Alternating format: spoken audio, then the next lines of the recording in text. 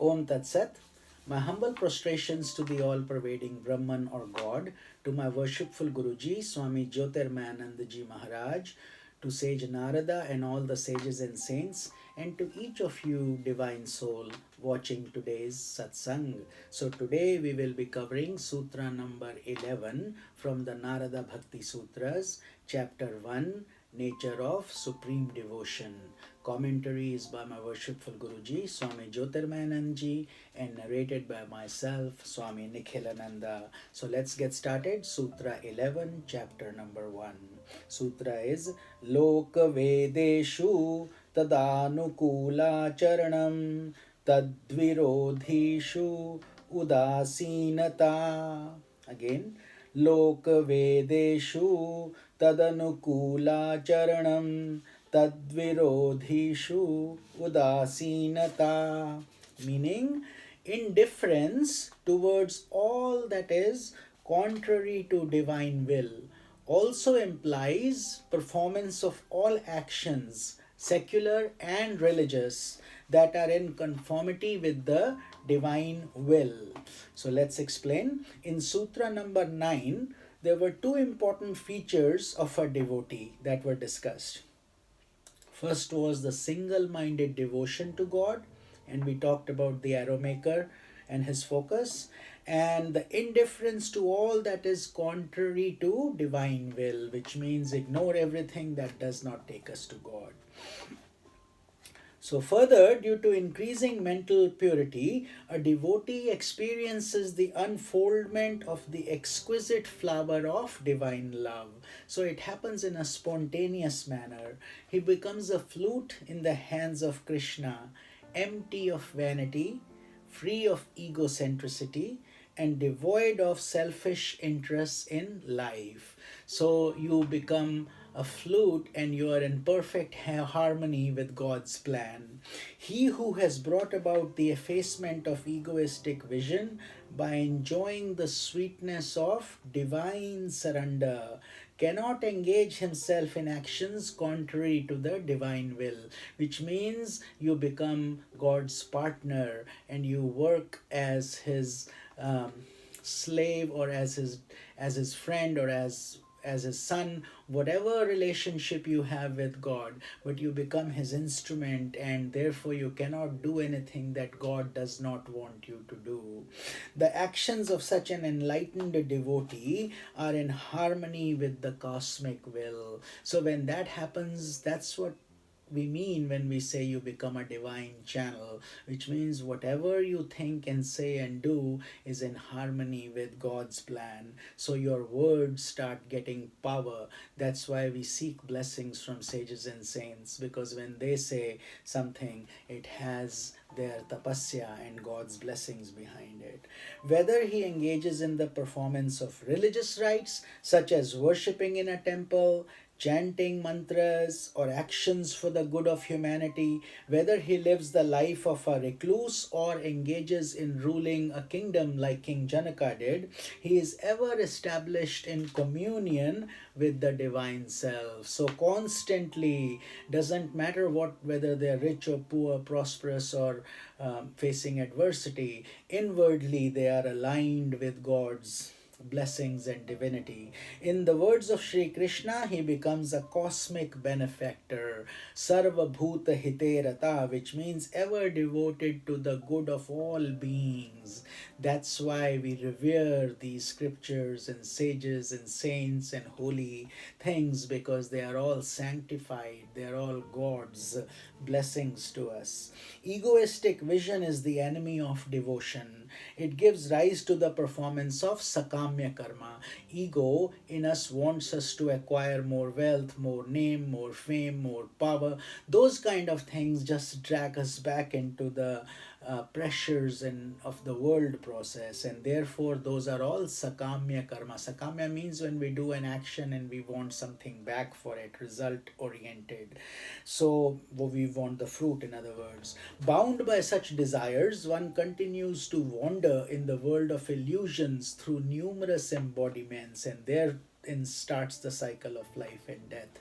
Further, as long as the mind is dominated by egoistic vision, in spite of efforts to do good to other living beings, one is led instead to perform actions that create disharmony in the world, because you want things for yourself at the cost of others, and therefore there is lack of harmony. But when egoistic vision is gradually negated, that's why we have to work so hard at it. However, the personality increasingly becomes a tool in the hands of God. When our ego goes down, our spirituality will start to grow, performing actions that waft the fragrance of eternity. So, an aspirant treading the path of devotion must be guided by the scriptures and teachings of his guru to ascertain the right course of action. This alone leads to purity of heart. So, faith in the scriptures, faith in your guru, faith in your own self and your own effort. An aspirant should not be led by his egoistic judgment, because ego can easily creep in. For whoever is guided by his own ego will not advance on the mystic path leading to liberation. So therefore it's very important to identify, is it yourself talking or is it the ego? And the ego sometimes changes forms and shapes and tries to mislead us. So on this holy path we have to be very cautious as well. In general, the scriptures speak of 5 types of karmas, which are nitya karma, naimitya karma, kamya karma, nishiddha karma, and prayashchit karma. So I'm not going to repeat every one of these in detail here. I am attaching a link to my video that I have already done on these karmas, the 5 types of karmas, and the video title is Karma Part 2. So I will attach the link below on this sutra under the description, so you can certainly watch that to deepen your knowledge into different types of actions we should be doing, that the scriptures guide us to do if you are walking on this path in a sincere way. So actions include those of body, mind, and speech. So all of those actions we have to do, not just of the body. So body, speech, and mind also. That is the important thing. So when a devotee attains the perfection of para bhakti, so as you practice these things and you start achieving purity of mind, and through that para bhakti your devotion grows, he continues effortlessly to perform actions that are uplifting to humanity. So he does these good deeds, actions in a spontaneous manner, just like the river flows in a spontaneous manner. He doesn't have to work hard for it anymore. So such activities are natural. So what is spontaneous for a siddha? Siddha is a perfected one, a sage, a guru, an enlightened soul. So he must be considered an ideal to be sought by the aspirant. So therefore I always revere my guru and my guru's guru, my param guru, Swami Shivananda, Swami Jyotirmayananda, and all the enlightened masters who I have learned from over the years, and their blessings. We always consider them to be the perfect ones, and we are considered as the aspirants who are trying to get their blessings and their guidance, and we have to be humble on this path, and it must be practiced with daily effort. So there should be no ego, and we should be determined on this path. Then the blessings come, and the bud ripens into a flower or a fruit and spreads the aroma. So the characteristics of a sage must be presented before one's mind again and again, and that has been covered in great detail in Bhagavad Gita, Srimad Bhagavad Gita chapter 2, where Arjuna asks, how does a sage sit, how does he walk, how does he talk, and an enlightened sage, and Lord Krishna explains in detail. So those of you who are interested and have the Bhagavad Gita, you can read that chapter in explicit detail to build those qualities.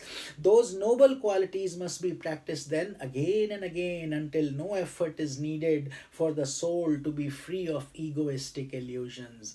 We have had millions of embodiments, and so these things will take a lot of practice, lot of learning, lot of making mistakes and getting better gradually before they are totally gone. So we should not be in a rush. Rome was not built in a day. We certainly will not be enlightened in a day. We have to have patience, love, dedication, effort, and constant effort in enjoying the journey rather than treating it as a difficult project. It's not. It's very enjoyable and lovely, because that's why I'm doing this voluntarily, willingly, to share whatever I know with each of you, so we can all enjoy the journey as we go along this process.